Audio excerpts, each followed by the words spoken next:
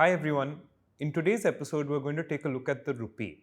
Specifically, given the fact that the exchange rate continues to weaken and the rupee is now at 84, I personally wonder whether we're getting poorer in dollar terms every year, and especially that matters given that so many of our expenses are actually based in dollars.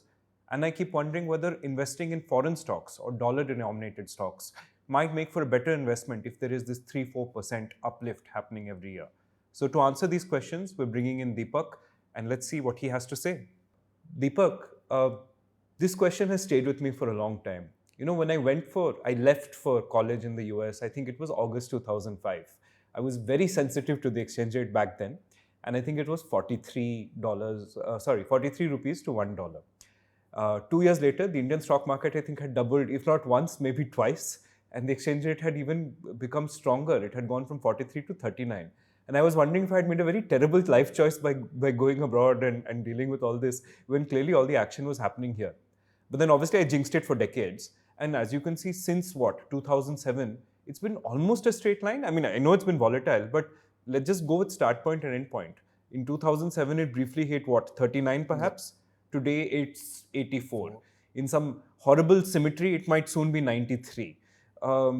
And this seems to surprise no one, I think, and everyone seems mostly at peace with this. So I'm coming at this, I really don't want to make this about institutions, RBI and macroeconomics. I'm coming as an investor or a customer of Capital Mind, even though we will have to address all those points. If this is the case, I know for a fact that whether you recognize it or not, a lot of my expenses and your expenses as well have a dollar component to them. So am I just getting 3-4% quietly or secretly poorer every year since I'm losing against that exchange rate? And the second, 3-4% is pretty big. I mean, if we had that much alpha in a strategy, I mean, we'd be pretty happy. So if do you get that for free by should I start Capital Mind US and start investing in global stocks and move all our customers there? What do you have to say to this? That is a great point, because I think the fact is that you've probably been one of the few people who has seen a period where the rupee has appreciated at least 10-15%. And it is surprising to most people today that, oh, well, the rupee can appreciate as well. But you saw it firsthand at a time when perhaps, it was not considered that surprising. But remember, the rupee was at 39 in 1998. And in 2007, 9 years later, it was still at 39. Wow. So person in 2008 is probably thinking there is no depreciation.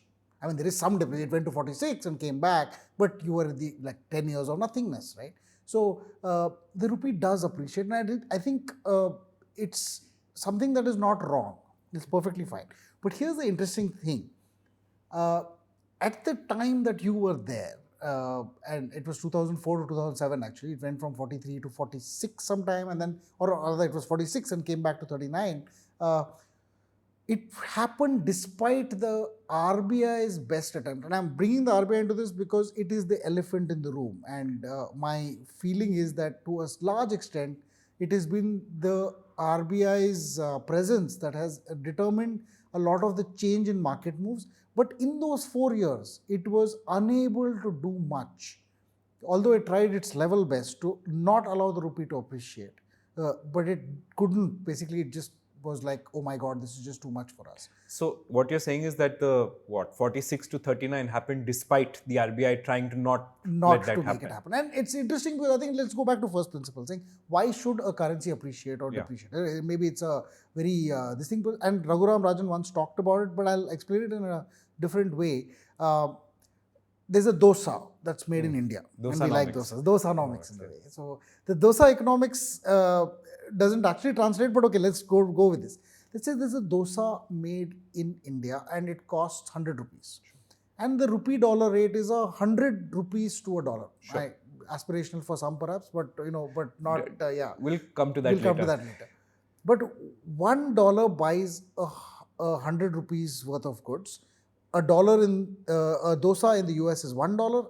Dosa in India is 100 rupees. All fine. A year goes by. Indian inflation is 10%. So the dosa goes from 100 to 110 rupees. In the US, the inflation is 4%. So it goes from $1 to $1.04. Because it's the same dosa in both places, what should the exchange rate be to compensate? The idea would be 100 to 1 and 110 to 1.04 is a ratio. So the rupee should become 105 8 rupees to a dollar. So it's a 5.8% depreciation in the rupee to meet the fact that there's an inflation differential in the two countries. This is a long-term phenomenon in the sense of if you take 20 years, like 2002 to 2022 or something like that, you're looking at an inflation differential of 4% between two countries and a 4% difference in exchange rates as well. This should be what what the theory says, because the US inflation I think has averaged 2%, and Indian inflation has averaged maybe 6% in the same 20 years. And therefore, this 4% differential reflects in the rupee rate. So if you look at 2009 to 36 rupees, 39 rupees to 84, so it's roughly doubled, a little more than doubled in about 15, 17 years or 18 years. 18 years doubling is roughly 4% a year if you look at it that way. So in that sense, you're right in that the differential of 4% has happened over the last 20 years. Now, I'll say this as an overall theoretical construct. Yeah, because I need to jump in, because in a past life, I suffered through some international monetary theory type class where they had this exact point that it was either interest rates differential between the two countries or inflation, like you said, and that if one was higher than the other, then that currency would become stronger and so on. So why I'm jumping in is this is quite a symmetry, right? I'm saying we get 4% weaker on average every year. You're saying the inflation differential is 4% each year. So where is the RBI coming into this now? This is just our inflation differentials. Which is true. I think this is a great point, because I think now I will proceed to do the worst thing that people do, which is ruin a good story with facts. Okay. So, which is that was theory, and because theory is theory, in practice, nothing is actually what theory does, or many things. So, a lot of things change. So, for instance, one of the biggest things would be, oh, what is this inflation you speak about? The inflation that in the US has is 2%. But is it really 2%, or was it really 2%? The answer to that is, you look at a lot of US economic history, they have tried to bring the headline inflation number down by using random adjustments. Oh, they said, oh, well, you know what, the price of beef is X. But when beef gets too expensive, people replace it with chicken. So we will take the price of chicken instead of the price of beef when the price of beef gets higher. So really, I mean, because most of the people will still eat beef, but the beef has become expensive and they're feeling the pressure of that inflation, but you're going to record a lower inflation number. Or you say, oh, well, I'm buying a cell phone today, it's the same price, or it's 10% higher than the cell phone yesterday, but this cell phone has a 5 megapixel camera versus a 4 megapixel camera. So you're getting 25% more megapixels. Therefore, inflation should not be considered 10%, it should be considered 8% or 2% or 3%. So US downplays its inflation numbers. India, on the other hand, has a weird problem that we have so much food in our inflation basket, because maybe the food basket is quite high. In fact, that's something to discuss in a different podcast. But the idea over here is that India inflates its inflation numbers, because at the core, the inflation is probably 3.5% to 4%. Now, people will argue every time I put these numbers on Twitter. People are like, no, my son's school fees went up 10%. That was what I was going to say, but okay, fine. It's true. It's true that in some pockets, inflation will always be higher. But remember, I am also paying 4 lakhs for a car, entry-level car. I paid 2.5 lakhs for it in 1997. Okay. And therefore, there is inflation that's different for some and different for the other. But having said that, that's just a different part of the argument. But I think inflation, India overplays its inflation numbers. So our 6% is headline inflation, but 4% is core inflation now. And core inflation being 4% or less than, in fact, at 3.5% right now. Our core inflation is lower than American core inflation. So if we use that inflation argument today, we would should be appreciating, and therefore, the 4% depreciation per year is not really a given. But I'm just saying this from the face of it. But I'll interject here. So I take your point that there is some nuance to the inflation, but can you address the elephant in the room? What role is RBI then playing in changing the exchange rate? So this is very interesting, because now we got to look at how this exchange rate is determined in the first place. A little bit of history, boring history. India, after it got independence, had no dollars at all, right? Fair. So we were sitting there, or no pounds, or very little pounds, and we had to import everything and all that stuff. So they kind of determined the rupee to dollar exchange rate at 4 point something. Then there was the China war, Pakistan wars. In 1966, there was a big issue. So we had to, depreciate the rupee from 4.6 something to 7.5 overnight. But this was not meaningful because there was no market. It was like, oh, when dollars came in, you went to the RBI. RBI said, okay, fine, we'll give you this many rupees. And that was an administered rate in a sense. Then Bretton Woods happened in 1971. The whole US architecture around the dollar changed. The world architecture around the exchange rates changed. So we got a little bit of a floating rate because earlier it was pegged to gold. Then it was not pegged to gold, so we got a little bit of a move. But by and large, till 1982, the rupee was just 7.58 type rates because very, very controlled. You couldn't get dollars to go abroad because RBI said, oh, if you go abroad, we'll give you $9. You do your trip in $9 and so on. It was very complicated at the time. So because of this administered rate mechanism, we suffered in different ways. And we didn't have any dollars. And to a large extent, some of the problems were like when you don't have any dollars, how do you get dollars to buy anything? You take a loan. So we go to America and say, give us a loan. Then we'll buy stuff from you because we need that stuff. In 1960 something, there was a famine. In that famine, we don't hear of famines right now, other than the fact that sometimes if you go to your favorite restaurant, your dish is sold out. That would not be considered a famine. We've come a very long way, very happily. Yes. So, but this did not happen. This has an interesting history to it. So in 1960 something, I think 66 or 67, there was a famine in India. India needed wheat. We weren't growing much wheat ourselves. So what happened at that time was we went to the US. And the US said, the US has excess wheat. So what really happened was they told us, we can give you wheat, but you have to change your political policy to align with the US instead of Russia in that sense. So India refused to do that or had to do something to do against it. But when we came back, we said, this doesn't make any sense for us to kind of depend on a foreign country for our wheat. And with the prodding of perhaps some international agencies as well, we built the Green Revolution to the point where today we are so self-sufficient on food that we have way too much food. The government spends 400,000 crores a year buying up the excess food for itself. Some of it rots and much of it sits in government things as reserves.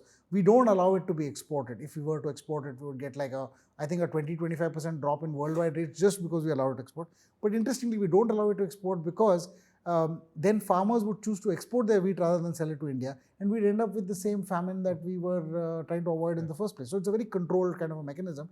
However, the exchange rate problem was because we didn't have enough dollars or rupees, because everybody wanted to deal only in dollars or pounds, and we didn't have enough of those pounds to pay. To that extent, things changed. It took a long time to come to where we are right now, and a lot of it happened in 1992 when we had no foreign exchange reserves and so on. This is kind of another part of this historical sequence. But let me start with now what happens. Now quick cut to what happens. Earlier it would be like when we went in, it was only the RBI. Now there's a Forex market. In that Forex market, a foreign player comes in and says, well, I want to give $100,000 and I want to buy rupees because I want to buy either real estate or I want to buy Indian stocks or something like that, or I want to invest in a business in India or something like that. What happens then is a bank in India will say, oh, well, fine, I'll buy your $100,000 and I'll give you rupees against it. And then the RBI sits on the other side of this equation and says, well, you know what? Give me that $100,000. I'll add it to my reserves. This is a reserve kitty that I'm building in case we need to import stuff tomorrow. So I will buy those $100,000 for you, and the RBI has the ability to print rupees. So it prints rupees against it and gives it to the bank, which then gives it to the person who's coming in. So effectively, the dollar is printed, allows India rupees to be printed because the RBI buys these dollars, and it's the elephant in the room because a very large chunk of almost all of the net transactions happen along with the rupee being printed by the RBI when dollars come in, and rupee being taken by the RBI, which puts the rupee out of circulation, and dollars given when people want to exit. So when you either import or when you do something else, that the other side of this happens. The RBI is this large factor, and we have $700 billion of reserves now, which is 57 lakh crores. Our GDP is about 350, 360 lakh crores. RBI has 57 lakh crores just sitting in dollar-based, reserves. And the rest of it is in other things. We can come to that. But what the RBI does is actively participates in the Forex market, which it has created. Although it is no longer administered, it's not like, oh, RBI is determining 7.5 is what you get. It is a market determined price, but RBI is constantly watching this price to say, oh, it doesn't need to go this much or it doesn't need to go that much. To answer your question, how the RBI or how the rupee gets lower or higher in this, the equation changes because of RBI's participation, not away from it. So to say, put it in another way, what would happen really if the RBI didn't participate?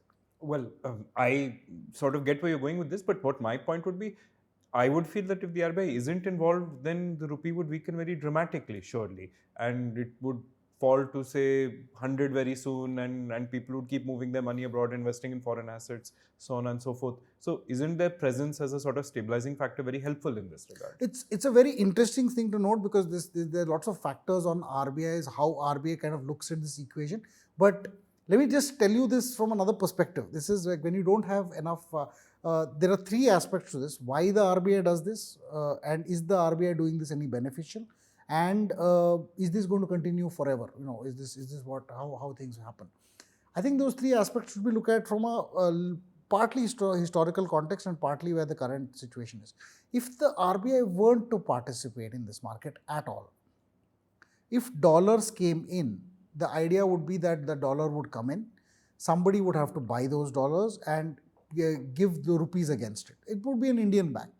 An Indian bank would say, well, you know what, you want rupees, there's more demand for rupees and there's supply of dollars. So the dollar-rupee equation should be that rupee gets stronger, dollar gets weaker. And the same thing on the other side. When rupees go out, the demand for dollars go out, the demand for the dollar is higher, then rupee supply is lower. So the dollar should appreciate. So what you're saying is that, oh, more dollars go out than come in. Therefore, we should be seeing a depreciation. Yeah. The answer is that's not true, unfortunately, in the facts. So here's where, again, I'm ruining a good story with facts, but there are three reasons why there are flows in India. And we often look at, oh, we have crude oil, oh, we have this. But the whole equation is different. If you look at the facts, the current account deficit. So there are three reasons why flows happen. The first reason is because we import and export.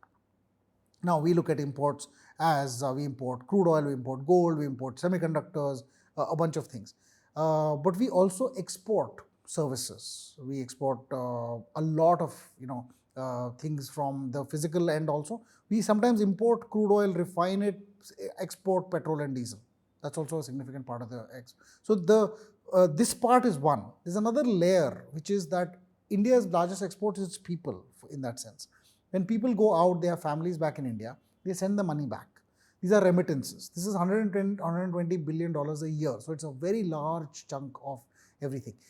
So because you have these remittances come in, and sometimes NRI deposits also come in, but I'll keep that separately because NRI deposits are when you put your own money into your account. Remittances are when you give your money to an Indian resident. So the difference between the two is one has to be returned, one has to not be technically. But the problem with looking at this is these two things form something called the current account. The remittances plus the trade for the most part. The current account has been negative in India for a long time, but in the last maybe 4 to 5 years, it has narrowed down considerably to a point where maybe it's about $25 billion a quarter. This sounds like a large amount of numbers, but remember, just the remittances are $100 billion a year, which is $25 billion a quarter by itself. So to that extent, our current account deficit is not that bad. It would have been much higher without remittances, but remittances will continue because we continue to have people abroad. Over a longer period of time, if you look at things in a split perspective, the third element that balances this out is the fact that foreign people want to invest in India. whether it's an Amazon setting up an Indian subsidiary, or whether it is a company in India raising money from abroad because those people want to do VC investments, or whether it is, these are called FDI, these are called FPI. The FPI is people who invest in the stock market. FDI is people who invest directly into companies, greenfield projects, set up their own subsidiaries and so on. This was nothing. In 1992, we didn't even allow most of this stuff, which is when we had the foreign exchange crisis from a historical perspective. And FPI was almost again next to nothing. Today, FPI and FDI are absolutely huge. This is called the financial account. Now, the financial account plus the current account plus whatever RBI participates is always zero. So we have a $25 billion current account deficit. That means trade plus remittances, net is minus $25 billion on a per quarter basis. Foreign investments into India, for the most part, are even higher than this, to a large extent, which if you look at just 2000 to 2020 to 2024, our current account deficit has added up to be about 124 billion, or so roughly that much. And the foreign direct investments and portfolio investments, FPI plus FDI, has added up to be $216 billion. Okay, I'll come to this figure later about why it's interesting. So what happens now is when we said that, okay, if your net outflows, the rupee should depreciate. If your net inflows, the rupee should appreciate. But who comes in? The RBI comes in and says, wait, I don't want the rupee to appreciate. And it goes in and buys all those dollars, and therefore creates a demand from the dollar from within the country, and therefore balances this out. Not just balances it out. The rupee went from 2020 to 70. January 2020 was 70 rupees to a dollar. Today it's 84. So it's depreciated 20%. But I'm telling you that we got 100 billion more dollars coming in than going out. The problem in my head is, how do we allow the rupee to depreciate from 70 to 84 when you had net inflows? But we did, because the RBI came in and bought all these dollars and more to allow the rupee to depreciate to 84 on the pretext of building reserves. And really, what did we build these reserves for? So two things immediately come to mind. Maybe one way to look at it is that all inflows of dollars are not created equal. So if an inflow comes in for like goods and services, that's fine. But if an inflow comes in for an investment, like someone wants to buy this into the Swiggy IPO, that's not really here for good. I mean, if their money doubles, which hopefully it will, then they will sell and take it out. So it's kind of like a short-term inflow, and so you can't really count that as a permanent something you can hold on to. That's one. And the second thing that sort of like just came to mind is, if they're buying all these dollars and giving rupees instead, what happens with that? I mean, to those rupees, does that itself cause inflation, or do they have to soak it up, or what could they do? Yeah, I think this is great two questions, because what are the first one? The first one is that not all flows are created equal. Yes. So, I mean, all these foreign institutional investors who are now coming in, if the market doesn't do well for a couple of years, they'll stop coming in, and then you can't keep relying on that, right? Yes. In fact, this is where it becomes very interesting. The way these flows have been determined have created the wrong metrics for us. According to me, if what you were saying was true, then the foreign investors would be constantly getting in and getting out, and it would massively hurt the rupee exchange rate all the time.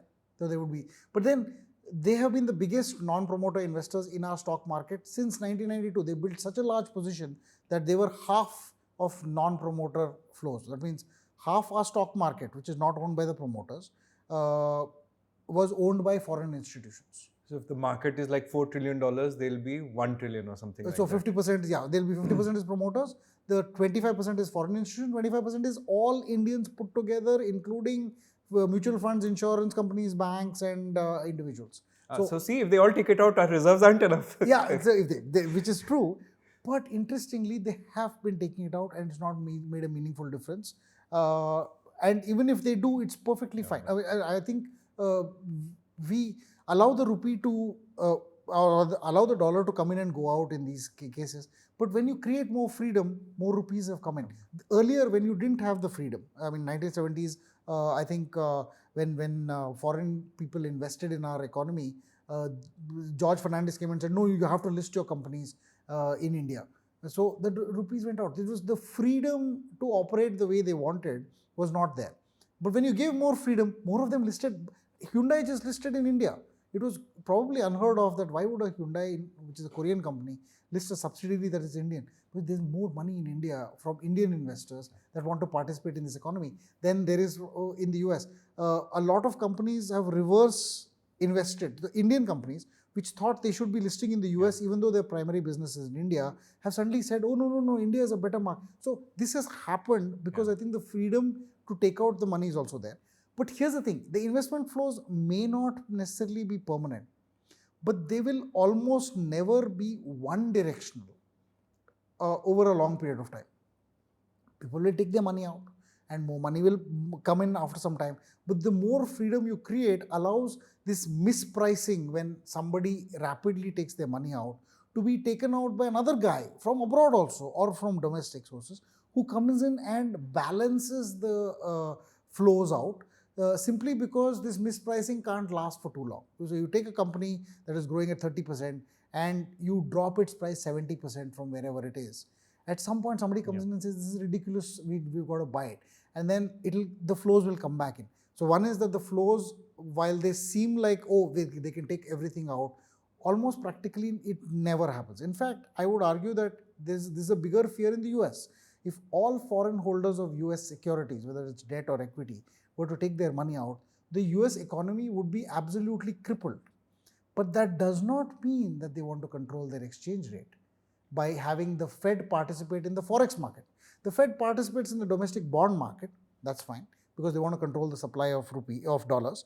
But they don't participate in the Forex market. They let it be free because in the end, people are going to come back to the US because that's the hub of innovation and a hub of growth. India is also a hub of, well, growth, not innovation perhaps yet, but I think growth is a given here.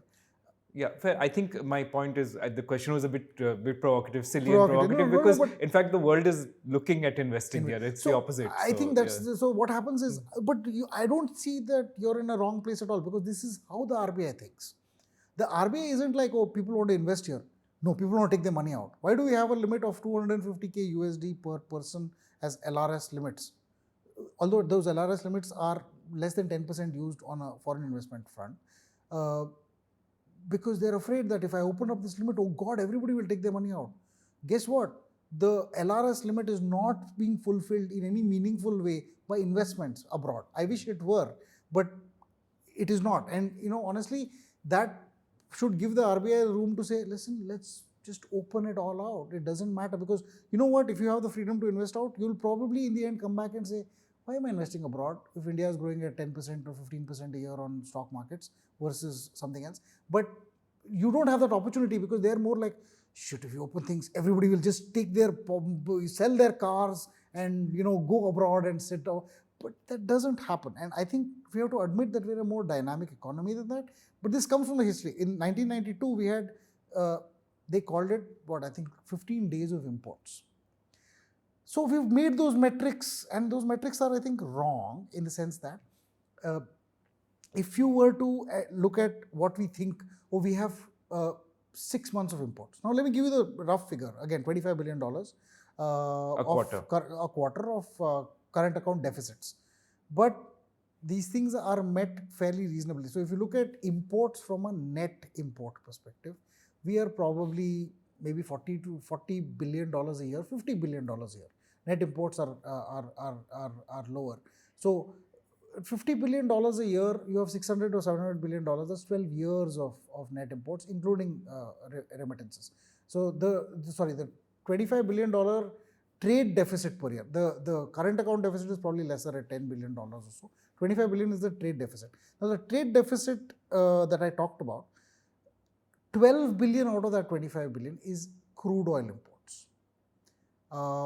8 billion is gold imports. So we're talking over 20 billion out of this, which is not really price sensitive in that sense, right? So increasing the price of gold does not necessarily mean that people will buy lesser gold. They probably buy more. More gold, yeah. Right? Because if the price is going up, we should buy it before the price goes up even more. So it's an investment. Crude oil, you can't stop going to work just because the price of petrol is up by 1 rupee. And anyway, it's administered in India in a different way. So technically, we are price insensitive on two of our largest import numbers. Net of that, it's nothing. So imports won't change, but won't exports be stronger with a weaker currency? Yes, that's what, in fact, RBI looks at this very, again, the metric is look at exports rather than imports. Okay, so what would happen with exports? The problem with exports is, I think RBI looks at this and says, Shray, if there is a massive weakening by Indonesia of the rupiah, vegetable oil becomes very cheap, Indian oil exporters go bust, because they can't survive anymore, because they can't export, because Vietnam is supporting Indonesia is doing everything. So then Indian oil also becomes more dependent on Indonesia, because the Indian oil exporters were also Indian domestic oil manufacturers. They also can't find a market because their oil is cheaper. So India then says, well, you know what, we want to depend on this. And unfortunately, when we come to something like this, RBI determines that it also needs to participate and weaken the Indian currency so that our exports are stronger. But Indian government is also on this case and saying, listen, if this happens, I'm going to introduce tariffs on Vietnam and on Indonesia and so on for its oil. So we'll try to increase the price of oil in India for those people who are exporting here. And at some level, those tariff barriers, in a way, kind of balance out that equation. But RBI also participates by saying, I'll weaken the Indian currency. Let me just keep on buying dollars to the point where the rupee becomes weak so that Indian exporters can be competitive. There are other complicated non-tariff barriers. So for instance, when India, like I was saying, the Dosa, why is it not the same price? There is no price linkage between Indian dosas and American dosas. There are two reasons. If you make a dosa in America, it's impractical to bring it back to India if there was a difference in exchange rate. But leave the practical considerations aside. Let's say you were able to do so. America will say, no, we're not importing food items from India. It's not about tariffs, but we think your food is contaminated. The minute you say that it's a non-tariff barrier, we won't give you visas, it's a non-tariff barrier. We export people in that sense. So, oh yeah, well, fine. That's one way to do it. So what we do is, because we don't have any way to meaningfully say non-tariff barriers, we say, oh, well, we'll put tariffs on you. So if you sell your cars here, we'll put 100% tariffs. So those barriers exist and they kind of violate the trade flow argument of free exchange rate, being determined by the difference in inflation between two countries. But when we come back to something like this, how do we measure, therefore, what our dollar reserve should be? We've used net imports. I think that's a bad idea because our net imports, we use gross imports. So we say, oh, we have 6 months of imports. But if you look at just imports, that makes no sense. Goods imports, that makes no sense, because we export services, we export people, we get remittances. Can't we take something net of all of that? We might find we have 12 years of imports, which is high enough for most people. The second big thing on this aspect of things is that we use something called an REER, which is the real exchange rate of the rupee or something like that. This effective exchange rate of the rupee. This is a metric designed in, I don't know, some place abroad when people only used to trade merchandise, most likely. So they would take all the merchandise export or trade between two countries and determine the differential in those terms, and then come to where the rupee is has it become stronger or weaker compared to the merchandise trade between multiple countries. But India is a merchandise trade importer. We know that. So our equation is going to be lopsided. But if we took services, would that not change the equation? The real effective exchange rate would actually change quite dramatically if we were to take the services and invisibles as part of this equation. But we haven't, because this metric was not designed in India. This was designed somewhere else, where invisibles are considered tiny and not inconsequential to the whole thing. So therefore, you don't consider that as part of the real exchange rate. So according to me, the REER is a flawed metric, but we follow it because it's followed worldwide, and therefore say, oh no, the rupee should be stronger or should be weaker because this metric says it's strong. But if you change the metric, it would probably be weaker. And so I'll give you the simple example. $216 billion came in. $120 billion was the current account deficit, and yet the rupee went from 70 to 84. This makes no sense. And the part that you mentioned about the fear of flows going out, you said this at some point. They own $1 trillion worth of rupees. We don't have $1 trillion. Of Just assets, of stocks, yes. And I'm not counting the real estate, the other stuff, the unlisted companies that they own. Just in the public markets, they own $1 trillion. We couldn't pay it back. And I will say this, we don't need to. We should not think that we need to pay it back. Because should all of these people exit, are you going to allow them to? Most likely you're going to say, sorry boss, wait. Whatever you're doing is silly. So we will now stop everything and we will talk about why you guys want to exit. And we will not allow you to. Russia did this because when America sequestered its currency, it was not like Russia said, oh, well, all you American companies who have investments in Russia can now take your investments out in dollars and we'll give it to you. Russia said, nothing doing. Just you guys figure this fact that you've sequestered my currency, and then we will talk to you guys about what you can do with your investments in Russia. Maybe you've lost all of it. That's fine. India will do the same thing. All of you want to exit at the same time, something is wrong. And therefore, it doesn't make any sense. So I think leading on from our last episode on FPIs as well. And I wanted you to bring you to this thing is that when the RBI buys these dollars, it has to print some rupees, right? Or what happens with that? I did want to come to that. Yes, I think that's an interesting point because now this is the negative part of it. Like I told you, there was, in I think 2004 to 2007, the time when the rupee appreciated, there was a massive inflow of dollars. I think 50, maybe $100 billion came into India in maybe back then. And that was a huge amount. I mean, $100 billion was massive. Today, $100 billion is not as massive. So the RBI doubled its holding of dollars. It had maybe 100 billion or less. Before this, it doubled it to 200 plus billion dollars. It was a very large number at that time. And despite that, the rupee appreciated. And when you introduce 500, 600,000 crores more of rupees into the system, obviously you're going to create inflation. Now, this is an interesting aspect because when the RBI as a central bank prints more rupees, it buys dollars, it prints more rupees, it goes into a system. That banking system is starved of money for the most part.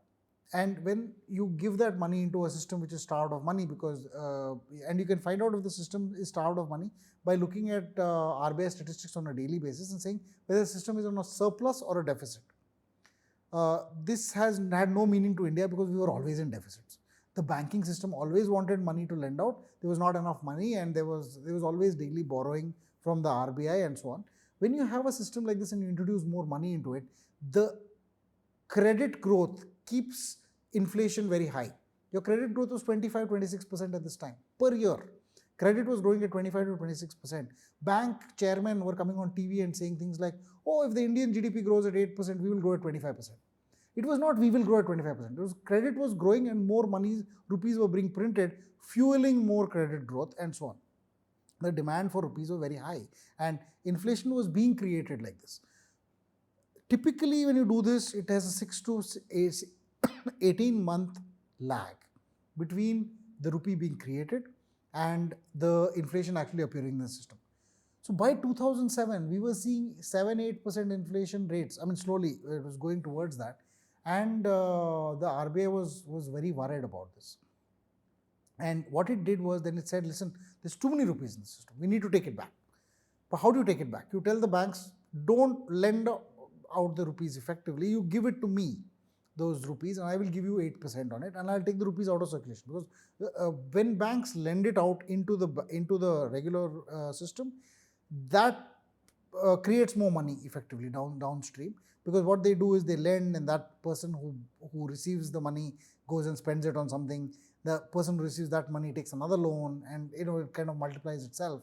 But when RBI says, listen, give me that excess money, they take it back as excess reserves, and they used to pay relatively high interest rates on it. But RBI doesn't pay anything. The government pays it. So the government had to issue what are called dollar stabilization bonds, and those dollar stabilization bonds had an 8% interest. And guess who paid that interest? You and me as taxpayers effectively paid that interest over a long period of time. It is not small because interest payments today are the largest single expense of the central government. which is now become 2x of the defense budget. America is cribbing that it has become some 90% of their defense budget, their interest payments. We are 2x and going higher. So higher interest payments by the government then also fuels more inflation. I'll tell you why. Because when the government needs to borrow more and more to pay for its interest costs and all of that, each of these items then actually fuels into inflation at a later point, because the government spending is not actually creating any meaningful value. It's only paying interest to its on its borrowings, and that deficit will keep widening because you need to borrow more to pay interest, you need to borrow more to pay interest, and so on. So this inflation creation is a big problem when RBI participates in the forex market, and it has been quiet for maybe 2 or 3 years in the middle. Other than that, it has always meaningfully participated in the forex market. And to come back to the contemporary time, the last 5 years, it has participated in a massive way, both on inflows and outflows. It has decided that it has the takeout of the rupee is for me. That means I am responsible for the rupee's movement, and at some level, on an everyday basis, if rupee is going in or rupee is going out, the RBI is participating almost on a everyday basis. So if $100 billion went out, most of that $100 billion came from the RBI itself, from its reserves. So the reserves went down by $100 billion. And when dollars came in, to give you an example, Reliance did a massive fundraise just around 2 months after COVID, probably of the order of billions and billions of dollars. All those billions of dollars went straight and sat into the RBI's kitty. Even though at that time we weren't importing much crude oil. There was almost no imports. I mean, you weren't allowed to leave your house. So what would you do with crude oil at that time? We weren't, the current account deficit there was a current account surplus for that quarter. And yet the RBI would go and buy this because it was like, oh, my precious reserves. So at some time, though I'm paraphrasing and perhaps I shouldn't be so hard on the RBI, I think this inflationary aspect of these things has kicked in. I will put a caveat there. RBI printing rupees doesn't always result in inflation. One of the times it doesn't is when the system is in a surplus. That means banks don't want to lend. Credit growth is at 6 or 7%, right? Like right now. So we've got a lucky streak of 4 years in which banks have been constrained to lend because they're afraid of defaults. And anytime that they push their lending, RBI comes in hard on them. Say, oh, how come you're lending so much on credit cards? Slow it down. How come you're lending so much to unsecured personal loans? Slow it down. So in that sense, RBI has also curtailed the credit growth in the system while adding more to the rupee supply. So they've managed to curtail it to a certain extent. But it's like a system that is, you've created the monster and now you're trying to put chains around the monster at all points. But it's a monster and you have to stop it at some point. So I think to frame your argument, when the rupee has the ability to go higher and become stronger, the RBI doesn't let it by accumulating reserves instead. In the process of it issues, I mean, it creates rupees which could potentially fuel inflation, but and so on. So I do get the point. But then what are you advocating? That they basically stop? Then whose responsibility is the rupee per se? Is it the central government's? I mean, the central government can do it if it wants now itself. Well, that's actually, there are two interesting points over here. Is the central government involved? And secondly, should the RBI just stop? I would say one of the problems is that we have a FEMA. And that FEMA is a law that almost says RBI is allowing you, Shray, when you go abroad, to spend dollars on your credit card by being benevolent about it. Because the FEMA is a law that says, boss, your foreign exchange does not belong to you. You therefore have no right to spend any of this unless we approve.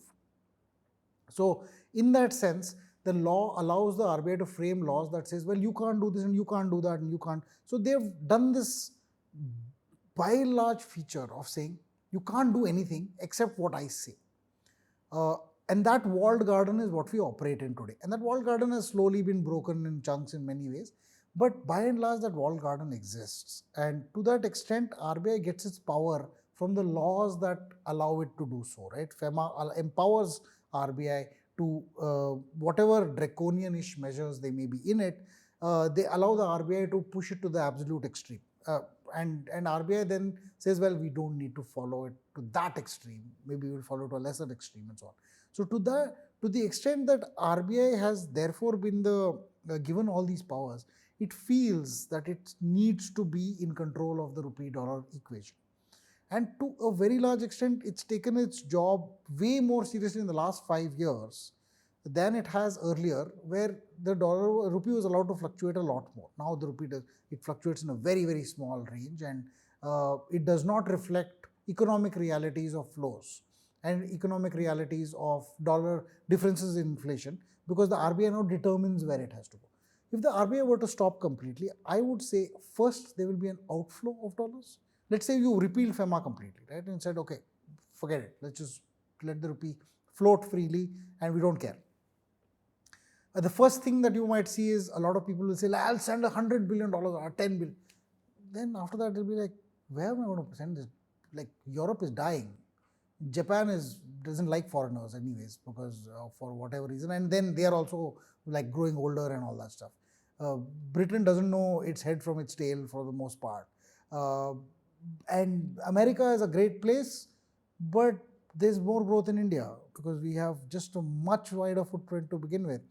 And people abroad are saying, wait, I can take my money out whenever I want, how much ever I want. Why don't I put more money in? The more money will flow in than ever before. So we should be fearing appreciation, not depreciation. And why do we fear appreciation? Is because we make commodity stuff like vegetable oil for the most part, right? It's like you could replace us with somebody else easily, and then everything would be the same. But that's not true of a lot of American exports. It's like if you buy an Apple iPhone and you pay more for it, it's not because I can find a cheaper phone. Of course I can find a cheaper phone. We do use cheaper phones, but the iPhone has its own attraction and a big fan following. So you are able to price your stuff higher because it's better, or it has a perception of being better. And whether it's a Mercedes-Benz, a Porsche, a bunch of things around the premium ecosystem, we don't manufacture much of that here. Maybe we do a little bit in gold, jewelry, and all of that stuff. But by and large, we've not built our products to be better. So a lower rupee exchange rate would not matter to someone who has a brand. I'll give you an example, Haldiram's. The rupee could be at 50 to a USD or 100 to a USD. It won't matter because the guys who want Haldiram Bhujia, mostly Indians abroad, but possibly non-Indians, enough of them, and plus non-Indians as well. Indian food is one of the most popular things in the world, and those people will order the Indian spices from here, regardless of whether it's at 50 rupees to a dollar or 100 rupees to a dollar. You will want that stuff because, dude, it's not price sensitive. It's stuff that we like. We like the Haldiram's brand. We will buy it. We like the Bikaner Wala or the Bikaji brands. We will buy it regardless of what the price is. That is an example of something that we made in India that you could sell at any price abroad and it would still kind of have some demand, because you're not going to buy an Indonesian brand of bhujia just because they call it bhujia, because Haldiram's or Bikaner Wala has a bigger, this thing. So those kind of things are what we are going to be going towards as India is, right? And we don't recognize that for the first time we have the chance of building those worldwide brands, and therefore the rupee dollar equation may not matter to our exports as well. I already made the case that it doesn't matter to our imports. Our imports are going to be the same regardless of whether the rupee dollar is at 70 or at 60 or at 50, because gold is gold and stuff like that. But I don't think exports will also go down that direction of saying that it doesn't matter as much. And a freely floating rupee will actually push forward this mechanism. So RBI doesn't need to stop, it needs to slow down and needs to not constrain us as much as it has.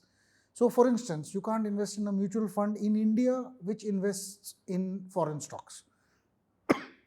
But you could take your own money to a foreign broker, 250k USD per person, and buy foreign stocks per year. Now, this sounds ridiculous. Why do we have a $7 or $8 billion limit on Indian mutual funds buying US stocks when the money is in India and the US stocks are controlled by an Indian mutual fund owning thing. It's actually an Indian asset. Why should RBI own on the dollars? Why can't people own the dollars? It's the same thing. You still have so instead of 8 billion, make it 50 billion. And the last outgoing Shaktikanta Das said that we would like to encourage this phenomenon, but we fear for the US dollar equation. I'm like, no, that's the wrong thing. It's the same thing if I own the US dollar, and if the RBI owns it. The RBI doesn't need to own it. It's a representation of us, the people. If I own gold, it actually means India owns gold, right? So it's in that sense, in a way that's available in India. We've taken all the gold imports and called them imports. But no, they are financial assets. They should be considered as assets of the country, but we don't consider it so. We don't consider that my owning a US asset through an Indian mutual fund is an Indian asset. Indian ownership of foreign assets. I think if the mindset changed in that direction, you would find that the RBI would be a lot more free and said, listen, I don't need $700 billion of reserves on my balance sheet. It could be 500, and you guys own $100 billion of the assets. Maybe I'll make it 300, and you guys own $300 billion of assets. It's as the more free I make it, the more of those foreign assets we control. And guess what? We are proud of the fact that the Tata Group bought the Jaguar Land Rover brand, because it's a worldwide brand which we own now. Before they rebranded it, I think it may not do very well as of last week. But the logo I take your has point. problems, yes. Yeah. I mean, we might differ on but the fact is they still own it and they can change it back. There are a lot of worldwide brands that perhaps we should own as well. I mean, I'm just saying that we would own a lot more of them if we were allowed to do so, and we could own them through our mutual funds. Why can't we? And why should only a Tata be allowed to buy a Jaguar? Why can't us as a country? I think that is going to make the difference between where we are and where we go. I have a thought immediately. I mean, and you can continue otherwise, which is that imagine this conversation or some version of this does make it in front of someone at the RBI. I would think that an immediate response would be, look, Deepak, you're running a small PMS out of Bangalore. We are sort of making sure the country is functioning on a paradigm we've been doing for many decades, or many decades. Isn't this like an insurance where maybe you're right, and so maybe I'll gradually feel my way towards there, but if I'm wrong, we could have a horrible financial crisis of some sort, and it's not like they can come back to you then saying, Deepak, I mean, you are wrong and oops. I mean, so in other words, does this conservatism help us for a rainy day event, given that the economy is doing all right anyway? Shray, I mean, I think conceptually I have this distaste for this, and maybe this is perhaps an interesting way, maybe philosophically also. There was a Tina Turner song in 1980 something. Never heard of it, but please go on. It's a song called "We Don't Need Another Hero. We Don't Need to Know the Way Home." Definitely haven't heard of it. Yes, so it's a very the line doesn't go away for me, because it's like, if you have someone who has extreme oversight on everything that you do, you are constrained by whatever that person has in their vision. If you open things out, things are great. And there's this fantastic line. I mean, I keep saying this. I know I've written tomes about this, but maybe I'll come to it later. And maybe this is why I feel that RBI is being overpoweringly huge in the dollar exchange market specifically. Is that if we were to buy insurance, wouldn't we buy it with a small percentage of our money? And I say this quite seriously, because if you're buying a 1 crore insurance, you're paying 30,000 rupees. That's 0.3% of that. That makes sense. But when you have 57 lakh crores in USD of an economy that generates a value of maybe 350 lakh crores, it's not small. The insurance premiums you're paying on a regular basis are substantial, 1, 2, 3% of your GDP on a yearly basis sometimes. $100 billion is 1% of maybe, probably 2 or 3% of our GDP, and $100 billion is easy movements for RBI every year. So you're spending a lot more money on this. And the second interesting thing is, this does not accrue as profits to the people. I say this because when RBI buys and sells, technically if I bought the dollar and the rupee was at, 50, and then I sold it when the rupee was at 70, technically this 20 rupees is a profit to the RBI, but the RBI for I think nearly almost all existence refused to recognize this as a profit. So the central bank has a bloated balance sheet. It's generating profits, but it's not. No other country allows its central bank to make so much profit and keep it. So the RBI keeps 20 to 25 lakh crores in reserves because this is the generated profits. Other than the Forex reserves. No. So Forex reserves are on the assets, reserves on a balance sheet or on the liability. So they're a little confusing. So the point is that RBI generates these profits, and these profits are retained inside of the RBI by saying we need a contingency fund. For what? The contingencies are all taken by the government. You should be paying these profits to the government so that they can take care of the contingencies when they actually happen. But RBI says no, and they change the accounting policy a little bit to say, oh, well, you know what, we can't be so stupid. So let's be a little bit less stupid and recognize that when we sell dollars, we have to recognize profits. Since then, the RBI's dividend to the government from 60,000 crores has gone to 200, 300,000 crores. But they have 22 lakh crores, which is more than our current account, our entire fiscal government deficits. It's 1.5 times our government deficits. As sitting on the balance sheets as effectively retained profits. No other country allows its central bank to own so much as retained profits, but we allow it. And what has happened? It's because of the RBI control of the rupee. They've controlled the rupee or tried to control the rupee so much that they've generated all these transactions, they've generated profits, now created a bloated balance sheet. Oh, we can't give it to the government because you will undermine RBI autonomy. No, you're not. You were not supposed to be so autonomous as to be running a government size deficit 1.5 times the government size on your balance sheet as excess reserves. It makes no sense at all. They should be paying this out to the government, but we don't. But if we did pay it out over a period of time, the government would benefit. Our deficits would come down because we'd have lesser interest payments to make. We would actually benefit as a country, and you would not need to control the rupee so much because let's say we repeal FEMA and go on. So in a sense, if the RBI's insurance arm has been literally like saying, you could sit inside a room all of your life and therefore never be exposed to air pollution and traffic and maybe never get run down by a car because so many people are getting run down by cars. I would say that my freedom beyond that room is more important than being in that room and getting avoided from those accidents. I think at some point, this is another movie dialogue, which is something I keep quoting. Finding Nemo, Dory, who's a fish character in that movie, and there's this guy who's Nemo's dad who's crying because he can't find Nemo, and she asks him why he's crying, and he says, well, I promised his mother that I won't let anything happen to him. And then Dory goes and says, that's funny, or that's strange. If you don't let anything happen to him, then how will anything ever happen to him? I think that's what I say with the insurance, that maybe you should let things happen to us so that things happen to us. I'll now take this back to my beginning questions, which is, I've got through the mechanics of this. Now as an investor, as a customer, do you think I'm condemned to be 4% poorer in dollar terms every year? And given that, shouldn't I be making use of this $250K per person per year, which is quite a bit, to invest in foreign stocks so that I can be richer over a medium period of time? So I think the 250K per person should be done anyhow. If you have that kind of money, you should also however much you have. You should do that anyhow because there is a lot of innovation abroad. What's happening right now? There's AI. Who's doing AI work? Almost 90% is happening in the US. There's autonomous cars happening in the US. China has fantastic EVs. Of course, their investable part of their population is less for foreigners and us particularly. But they have done some amazing strides in electric vehicles, and so has America and perhaps a little bit of Europe. So you are getting a lot of the innovation on new things that is coming outside of India. So I think in any case, you should have some portion of your portfolio outside of India. There's certain things you can't invest in India anyway, like crypto, perhaps.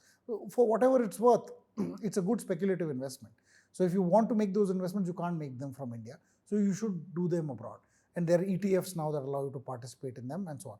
So given this, I would say the larger part of this thing is definitely do this anyhow. But I don't think you'll get that 4% appreciation anymore because of multiple reasons. One is, and this is where it gets interesting. As I said, the core inflation in both countries is roughly equal. There's also a Trump who's coming in and saying, listen, we'll do 25% tariffs. Dude, that's going to increase your inflation in comparison with ours. So we will, you might think the rupee should depreciate, but my thing is, no, shouldn't the rupee appreciate? Because the inflation is higher there than here. We don't care. We have high tariffs already. We don't want to increase our tariffs even more. But yeah, you're going to introduce tariffs, that's fine, because it's not going to affect India as much. So should the rupee appreciate or depreciate? But it will depreciate because of flows initially, but eventually the economics have to work out. The second part is India's naturalized inflation has come down because we manufacture more here, our logistics is getting better. You can order a shoe from Punjab today, in 2 days it will land up in front of your house. You can order a pencil in 10 minutes.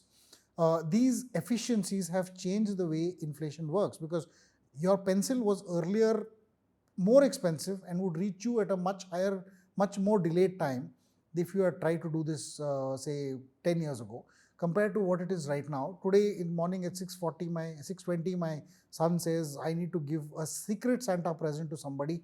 I do a transaction on my phone, and before 6:30 it is in my house. So before the bus comes. Before the bus comes.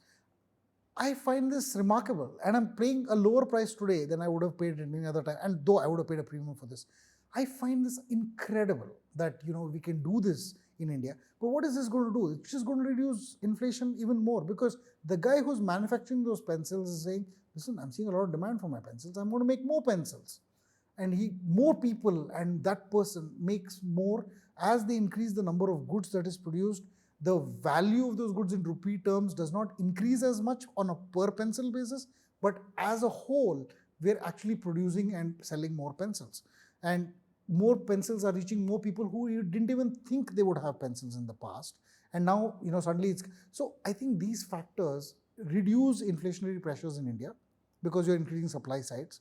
And the demand side has always been high. And so even the demand growth is not as much as the supply growth is. So you're going to have lower constraints on inflation. America, on the other hand, is a slowing economy from a aging perspective, and also because their problems with their own economic like they've printed too much, they have borrowed too much. Those problems come to roost now. And I think the dollar inflation will continue to be high. Rupee inflation will continue to be low or controlled. We will actually see a much lower differential. Might even be appreciation.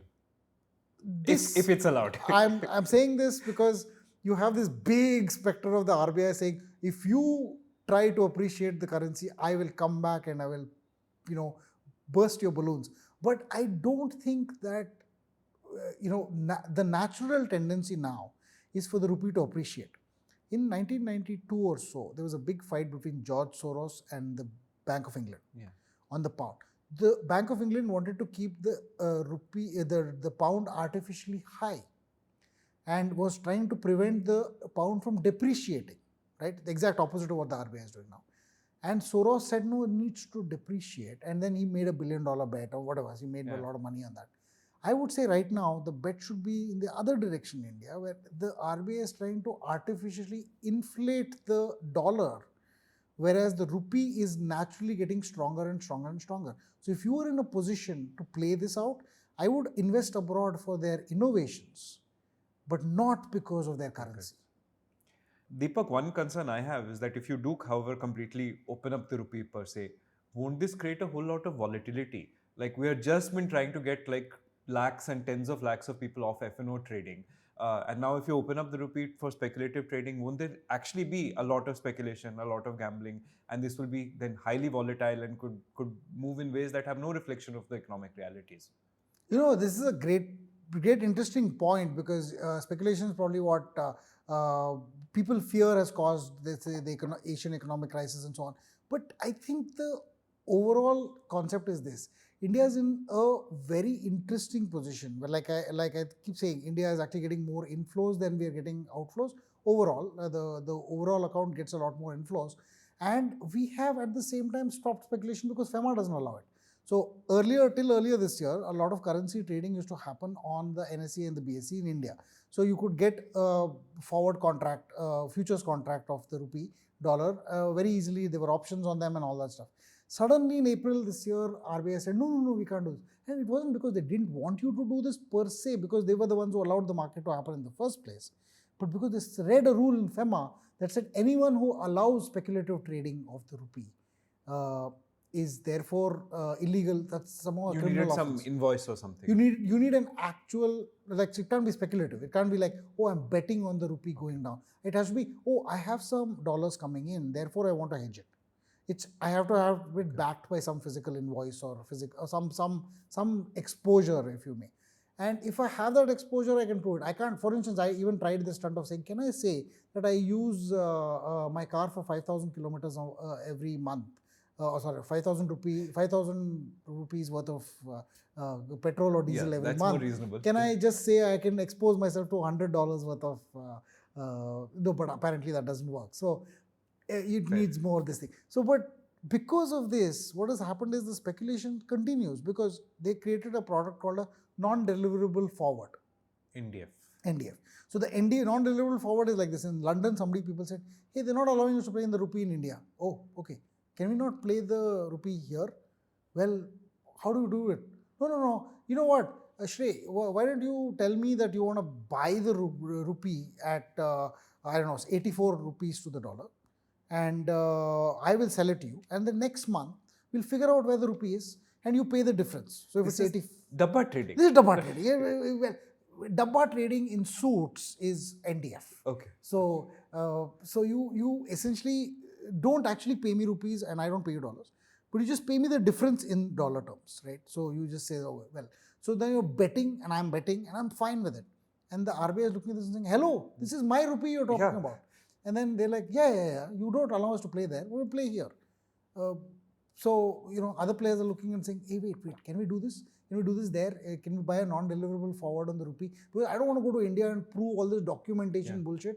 So can I just play here? So even the guys who have exposure are doing the NDF because they don't need all the procedures. Suddenly the RBI sees speculative transactions happening in the NDF market of the order of, 100 billion or 50 billion or 60 billion dollars there versus what could have happened in India. Or just at any point of time? It was a position at some size. point. Okay, so probably 150 billion dollars. Now they're like, $150 billion being traded. Come on, that doesn't make any sense. But no rupees or dollars are changing hands from India. Yeah. It's some fellow outside doing something outside, and so RBI suddenly decides that it wants to participate in the NDF market. So I'm trying to get my head around this because it's like, oh, wait, I'm a largest player in the domestic onshore market who pretty much determines the rate of the rupee by my actions. That rate of the rupee is used as the dabba interface for determining the price of a dabba contract called NDF in London. And then I go and participate in that NDF market there because I'm like, why are you guys poking your nose into my business? I will play because you allow everybody to play. So the RBI has gone and set up a $50 billion short position. Okay, let's $60 billion short position in 2 months. Now everybody's worried about this. And I'm like, wait. You don't understand. This is dabba trading. No dollar leaves RBI meaningfully. How much does it leave? If 84 becomes 85, and let's say the RBI has a $100 billion position. This sounds huge, $100 billion. But how much does the RBI lose if the rupee goes from 84 to 85? Probably like 1 billion or something. Okay. Yeah, it's about 10,000 crores. 100 billion rupees it loses because you have to pay the difference. 100 billion rupees is 10,000 crores. 10,000 crores is $1.5 billion, $1.2 billion. Now, $1.2 billion is nothing. So it's a leveraged market. NDF by definition, it's dabba. So there's no actual physical trading. So if the rupee goes to 90, it loses 60,000 crores, which is about, say, less than $8 billion or $7 billion. That again is nothing. So if the RBI were to allow the rupee to weaken to 90, it would end up losing just $5 or $7 billion. But why would the RBI allow the rupee to weaken to 90? It could, on the day of the settlement, sell a truckload of dollars in India and let's say $10 billion and automatic, because the market doesn't trade that much. If a $10 billion sale comes from the RBI, the rupee is going down, the dollar is going down 2 rupees, right, straight away from there. If you can do that on the settlement date of your own contract, you are therefore in the power to tell the NDF players, guys, don't screw with me, because if you do, and if it's too bad, I can bring the rupee down and you can lose a lot of money. You guys have bet 100 billion. I can make you lose $10 billion by moving the rupee in whichever direction I want it to move. It doesn't do it right now, but I'm just saying this is incongruent. It's crazy. But it's only the RBI doing the speculation. And there's so many other concerns. Oh, will I lose my reserves? Why not let all of us in India also participate similarly? I don't think it will be the same as F&O and I don't think there's anything wrong with speculation. I think you should increase the need for leverage. So, for instance, allow me to participate if I'm rich. Make each contract, instead of $1,000, make it, I don't know, $100,000.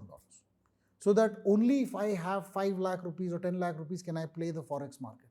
But let me play, because if a lot of people like me participate, even though it is speculation, there's nothing wrong with speculation, we will get a much wider market, and RBI does not have to be the only guy, the hero who protects the rupee, because you should not have a non-deliverable forward market in London that has all the participation. Build it in India. We did this with the gift city. There was a Singapore Nifty called the SGX Nifty. That was the biggest source of speculation on the Nifty outside of Indian shores. India was like, why are you doing this? Why don't we create a gift city Nifty? Now there's a gift city Nifty that's as popular and is the biggest source of Nifty speculation outside of India.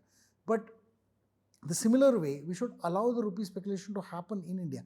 I say that yes, there will be speculative flows, but you can't avoid it, because they will create dabba trades outside of India regardless, right? So you might as well build that market in India. And I don't know why we have done this. Maybe it requires a repeal of FEMA, but we should do it. And we should allow more speculation to happen, because, like I said, if we have to have something happen to us. So, well, thanks so much, Deepak. That's a fascinating discussion. Fun, and I hope I hope a lot of these things happen. Let's see where it goes. It's going to be an evolutionary task for us. Well, everyone, thanks so much for listening.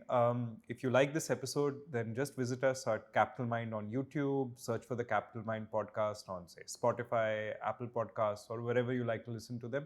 And do listen in for more episodes, both audio and video. Thanks so much.